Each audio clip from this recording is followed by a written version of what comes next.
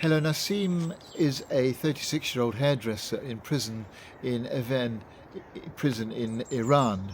Uh, she was arrested and has been sentenced to 4 years, 74 lashes and 20 years in exile. Um, just one of many women whose opposition to the government there, sometimes simply by not wearing a hijab, has led to imprisonment. In fact, recently the maximum sentence for not wearing a hijab was extended to include execution. Uh, but these women, of whom there are many in that prison, continue to be courageous in their campaigning. They every Tuesday they chant and go on hunger strike to protest against the executions that they can hear taking place elsewhere.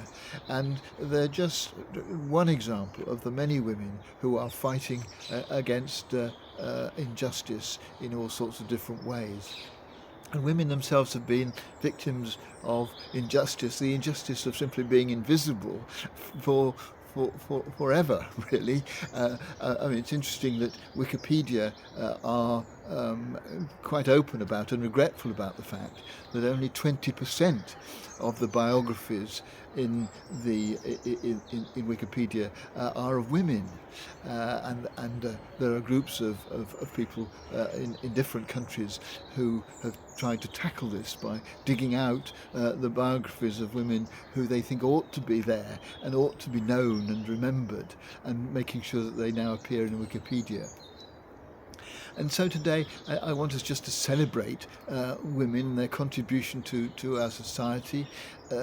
If you want more examples, you can go to the BBC 100 Women website, where they keep an updated account of contemporary women whose lives are making a contribution in various different areas of society.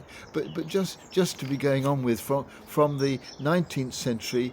There's Caroline Norton, who was accused of adultery by her husband. She won the case, but he still refused to give her access to her children, to give her a divorce, or to allow her access to the money that she earned from the poems that she wrote and had published.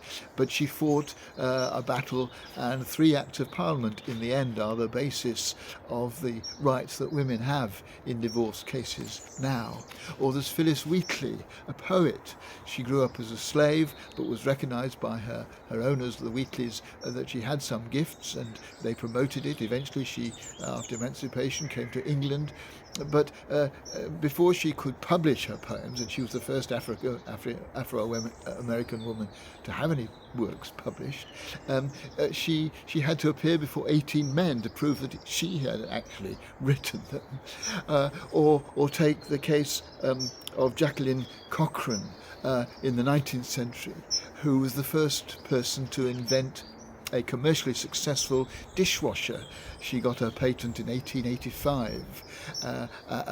It was because she found that when the people working in her kitchens ruined her brown china, she decided there must be better ways of having her dishes washed, and so. But she invented this machine, which has now, of course, saved the labour for women and indeed for men since then. And so, lots of people, women who otherwise we just don't hear about, who we ought to celebrate today on this International Women's Day.